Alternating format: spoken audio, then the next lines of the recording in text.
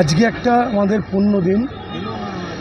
যারা ভারতবাসী, যারা হিন্দু ধর্মকে বিশ্বাস করি,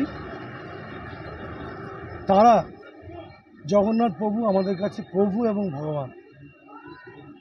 সেই প্রভুর আজ পুণ্য স্নান যাত্রা। আগে পুরীতে হতো, এখন বাংলার দীঘাতেও হচ্ছে। এটা আমাদের কাছে অত্যন্ত আনন্দের এবং আমরা প্রভুর এই স্নান যাত্রাতে নিজেরা হয়তো উপস্থিত থাকতে পারলাম না, কিন্তু রক্তদানের মধ্যে দিয়ে আমরা মানুষের কাজ করলাম, যেটা প্রভু চায় যে আমরা মানুষের কাজ করি। প্রভু আমাদের দিয়ে মানুষের সেবায় নিয়োজিত করলেন, তাই আমরা প্রভুর কাছে কৃতজ্ঞ। আমাদের তো 60 হলো এবং আমাদের তো 24টা ওয়ার্ডেই হবে। দক্ষিণ দমদমের 8টা, 16টা। ছাত্র যুব মাদার থেকে আলাদা প্রোগ্রাম হচ্ছে। এখনো পর্যন্ত কতজন রক্তদান করেছেন? আমাদের 60 জন হয়েছে এখানে আজকে, যারা 22 থেকে করেছে।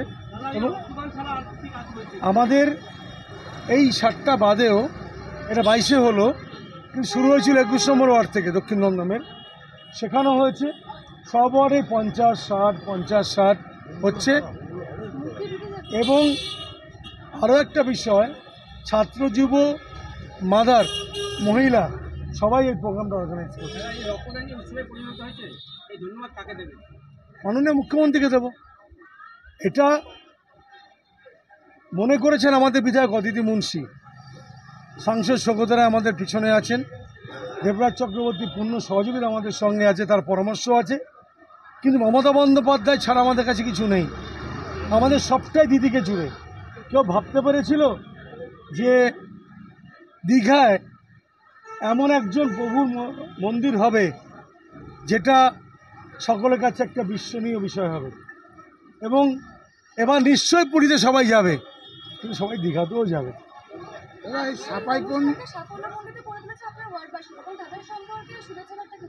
তাদের সকলে ভালো থাকুক। প্রভুর এই স্নানযাত্রা থেকে, প্রভুর এই যে তিথি রথযাত্রার শুরু এবং রথযাত্রার শেষ, উল্টো রথ যেটা বলে, ভালো থাকুক এবং পুজো সবাই আনন্দ করুক। আমরা তো সবাই চাই বাংলার লোককে আনন্দ রাখতে, বাসিন্দাদের আনন্দ রাখতে। বাসিন্দারা ভালো থাকবে, আমরা ভালো থাকবো। আজকে আমরা যেটা করেছি আরও, যেটা আমাদের কেউ আপনারা প্রশ্ন করছিলেন, রক্তদানের সঙ্গে যারা প্রতিনিয়ত বাড়িতে বাড়িতে মানুষের কাছে গিয়ে পৌঁছয়, প্রতিদিন যারা মানুষের কাছে যায়, আগেও আপনি নাগেরবাজার থেকে দিয়েছিলেন, আমরা আগেও করেছি এটা।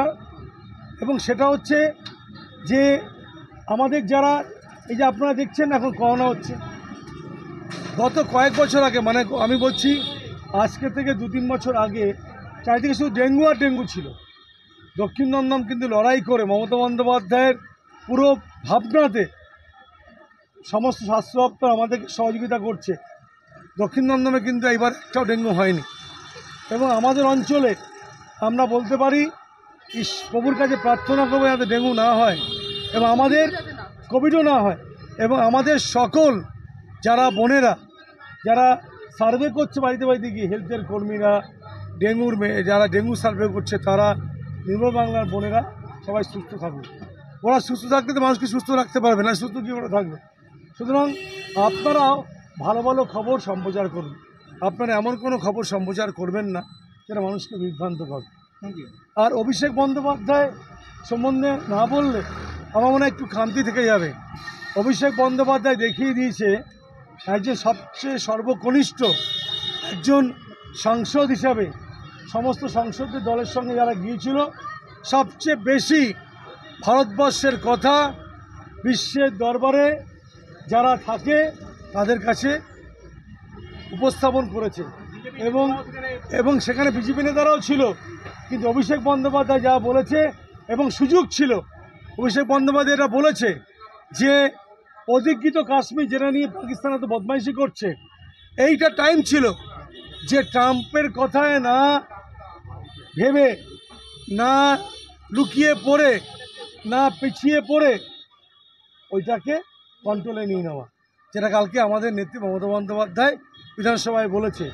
আমরা চাই যে একদম সরাসরি পাকিস্তানকে এমনভাবে বোঝাতে হবে যেন ওরা মাথা তুলে দাঁড়াতে না পারে।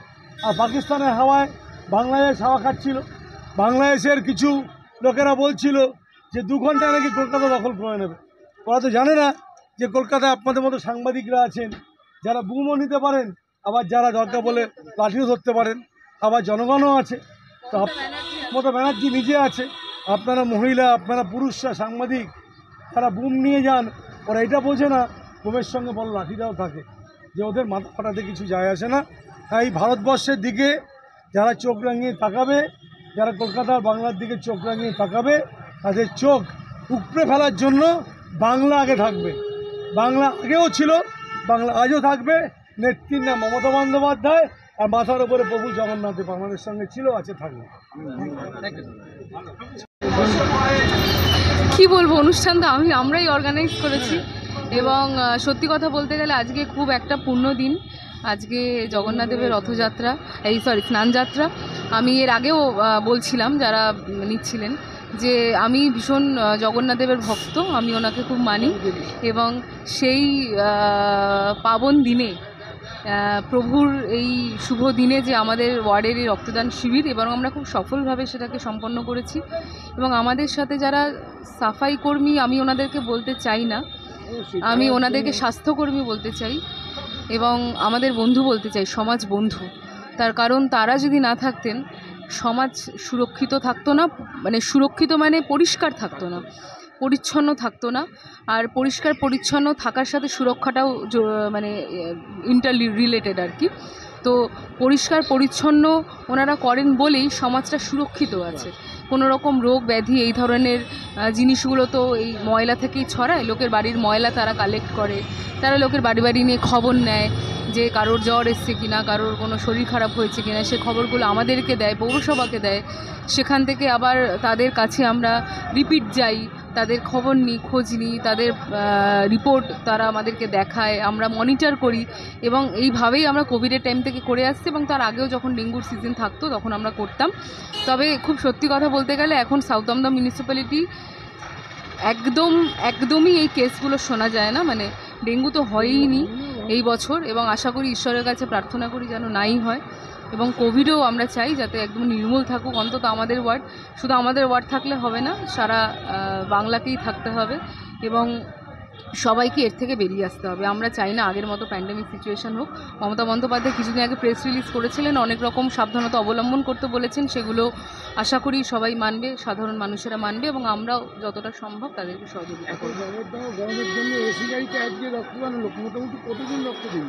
60 জন রক্তদাতা আজকে রক্ত দিয়েছে। আরও হচ্ছিল, আরও রক্তদাতা ছিল, কিন্তু আমরা নিতে পারিনি। তার কারণ বেলাও হয়ে যাচ্ছিলো এবং অলরেডি রক্ত তো নেওয়ার এবং স্টোরেজের একটা টাইম থাকে, তো সেই টাইমের মধ্যে সেটা যদি সেই সেন্টারে না পৌঁছায় সেগুলো নষ্ট হয়ে যাবে। তাই যে কজন ছিলেন আমরা তাদেরকেই নিয়েছি, আর বাকিদেরকে রেখে দিয়েছি, আবার পরে যখন রক্তদান হবে তখন তারা দেবে। আপনারা কভার করছেন, এর জন্য আপনাদেরকে আমি ধন্যবাদ জানাই। দ্বিতীয়ত যে আমাদের তৃণমূল কংগ্রেস দল সবসময় মানুষের পাশে থাকে, মানুষের জন্য কাজ করে। আজকেও এই গরমকালে গ্রীষ্মকালীন যে রক্ত সংকট যাতে তৈরি না হয় তার জন্য তৃণমূল কংগ্রেসের পক্ষ থেকে অমিত পোদ্দার এবং অশ্মি পোদ্দারের উদ্যোগে রক্তদান হচ্ছে। আজকে জগন্নাথ দেবের স্নান যাত্রা, মাননীয় মুখ্যমন্ত্রীর উদ্যোগে এত বড় পশ্চিমবাংলার বুকে এত বড় একটা মন্দির হয়ে গেছে, যার জন্য অনেক মানুষ আজকে উপকৃত হয়েছে এবং কাতারে কাতারে মানুষ যাচ্ছে। সেই জায়গায় আজকে স্নান যাত্রা উপলক্ষে জগন্নাথ মন্দির হয়েছে, তো কি বলবেন আজকে? মমতা বন্দ্যোপাধ্যায়ের একটা ঐতিহাসিক সৃষ্টি হচ্ছে দীঘাতে জগন্নাথ দেবের মূর্তি এবং মন্দির তৈরি করা। স্বাভাবিকভাবেই বাঙালি, জগন্নাথ প্রেমী বাঙালি, তারা জগন্নাথ দেবকে ভালোবাসেন, পুজো করেন, যান, এবং আজকের দিনটা পবিত্র, সবাই জগন্নাথ দেবের পুজো করুন। বিরোধীরা তো অনেক রকম অনেক মন্তব্য করছেন জগন্নাথ মন্দিরকে নিয়ে, অনেক ধাম নিয়ে অনেক কিছু কথা বলছেন। আসন্ন নির্বাচন কেন্দ্রকে করে আপনারা এই লড়াইতে কি বলবেন? এই লড়াইকে কেন্দ্র করে আপনি কি বলবেন? আমি মনে করি বিধানসভাতে আমাদের কোনো লড়াই নেই। তৃণমূল কংগ্রেস 250-র বেশি আসন নিয়ে বিধানসভায় আসবে। আজকে রক্তদানে এসেছেন, শুভ দিন, জগন্নাথ দেবের স্নান যাত্রা কি বলবেন? যে এক মাস ধরে রক্তদান শিবির চলছে, কি বলবেন? শোনো, তৃণমূল কংগ্রেসের অনুষ্ঠান, এখানে কিছু বলার নেই। তৃণমূল কংগ্রেসের অনুষ্ঠান মানে শুভ, সবসময় শুভ। এটা আর নতুন করে কিছু বলার এত মানুষ আজকে আসছে এই তার কারণ হচ্ছে তৃণমূল কংগ্রেসের কর্মীরা মানুষের পাশে থেকে মানুষের জন্য কাজ করতে ভালোবাসে। যতই গরম হোক, একটা রক্তদান একটা মহৎদান, এবং রক্তদান করে সাধারণ মানুষকে, অসুস্থ মানুষকে আমাদের বাঁচাবার অঙ্গীকার। সেই জন্য যতই গরম হোক, আমাদের কাজ আমাদের যেটা নিয়মের মধ্যে পড়ে সেই কাজ আমরা করি। আজকে জগন্নাথ দেবের স্নান যাত্রা, মানে তোমার জগন্নাথ দেবের স্নান যাত্রা আমরা ছোটবেলা থেকে শুনে এসেছি, দেখে এসেছি। আমি এই ব্যাপারে ঠিক মানে কি বলবো, মানে আমি ঠিক নয় যে জগন্নাথ দেবের স্নান যাত্রা বলে স্পেশাল কিছু। আমি মনে করি বছরের প্রতিটা দিনই জগন্নাথ দেবের স্নান যাত্রা, প্রতিটা দিনই।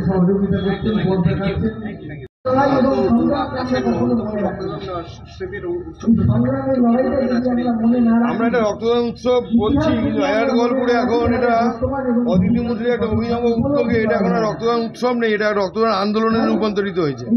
যেটা পশ্চিমবঙ্গের মধ্যে 294টা বিধানসভার মধ্যে একটা বিধানসভাতেই এটা চলছে।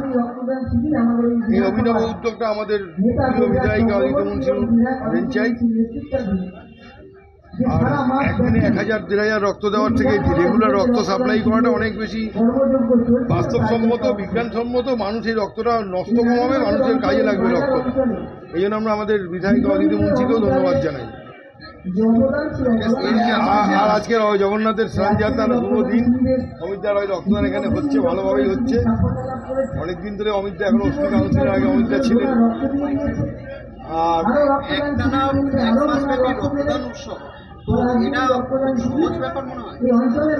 এটা প্রমাণ করে রাজারহাট গোপালপুরে তৃণমূল কংগ্রেসের সংগঠন কতটা শক্তিশালী।